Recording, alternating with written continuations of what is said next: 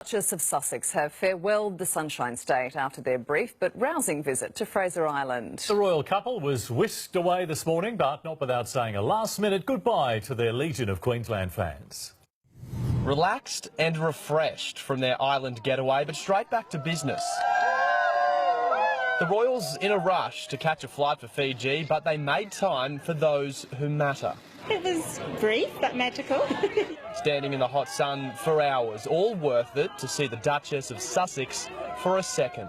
Really amazing, like just to meet someone so amazing, so kind and generous. It's just, I just can't explain. I'm shaking. I gave her them a bouquet of flowers with a nice little beanie boo, kangaroo in the middle. She came up to me, she's like, "Oh, thank you, that's very beautiful." She came up and shook my hand. One last wave, and just like that, the whirlwind visit was over. But for Colin, it won't be forgotten. Yeah, I was lucky enough to be chosen to drive them around the island, so yeah, fantastic experience. He was the man behind the wheel, responsible for driving Harry across the sandy and uneven bush tracks. And you weren't nervous behind the wheel yesterday, mate? No, surprisingly not. He makes you feel very comfortable. The royal couple were only here for 24 hours, but the global attention is set to last, partly because of what they did and saw, but also when Meghan and Harry did nothing at all. They really just spent their time having a nice relax and a pleasant dinner, and it was really nice for them to really see how you can truly relax on Fraser Island. Kingfisher Bay Resort has already started fielding calls from across the globe. The weather was fantastic, and of course they could enjoy some beautiful uninterrupted views across the Great Sandy Straits. Alex, Fraser Island's really caught the world's eye. Absolutely lofty. We saw those beautiful pictures being pumped out from here yesterday, and it has caused an absolute frenzy. We were over at Kingfisher Bay Resort today. They were telling us their internet, their website, completely crashed, taking in thousands of inquiries from England, but even more from North America, such as the following, of course, of Meghan Markle, that everyone wants to do exactly what she does. Now, from Queensland, the royals headed to Fiji today, of course, to say Bulla, but despite those soggy conditions, there were huge crowds to welcome the Duke and Duchess of Sussex. A wet day, but a very warm welcome. The Duke and Duchess arrived in Suva to a guard of honour.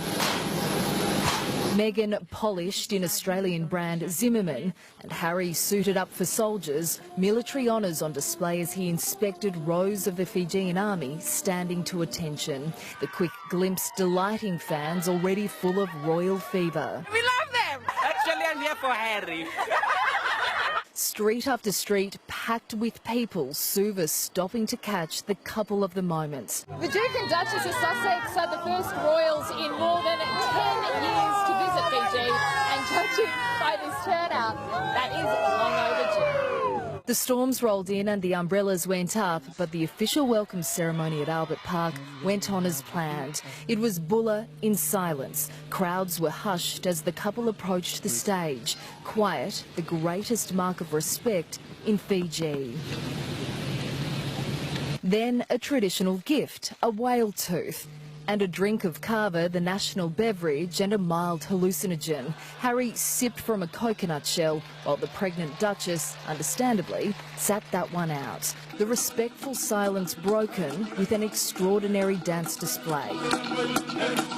The ceremony mirrors the welcome given to Queen Elizabeth and Prince Philip back in 1953. Her Majesty, then 27, looked relaxed in the South Pacific in what would become her first of 6 official visits. Clearly a taste for Fiji runs in the family. And Sophie Walsh is in Fiji, where the Duke and Duchess still have a busy few hours ahead of them.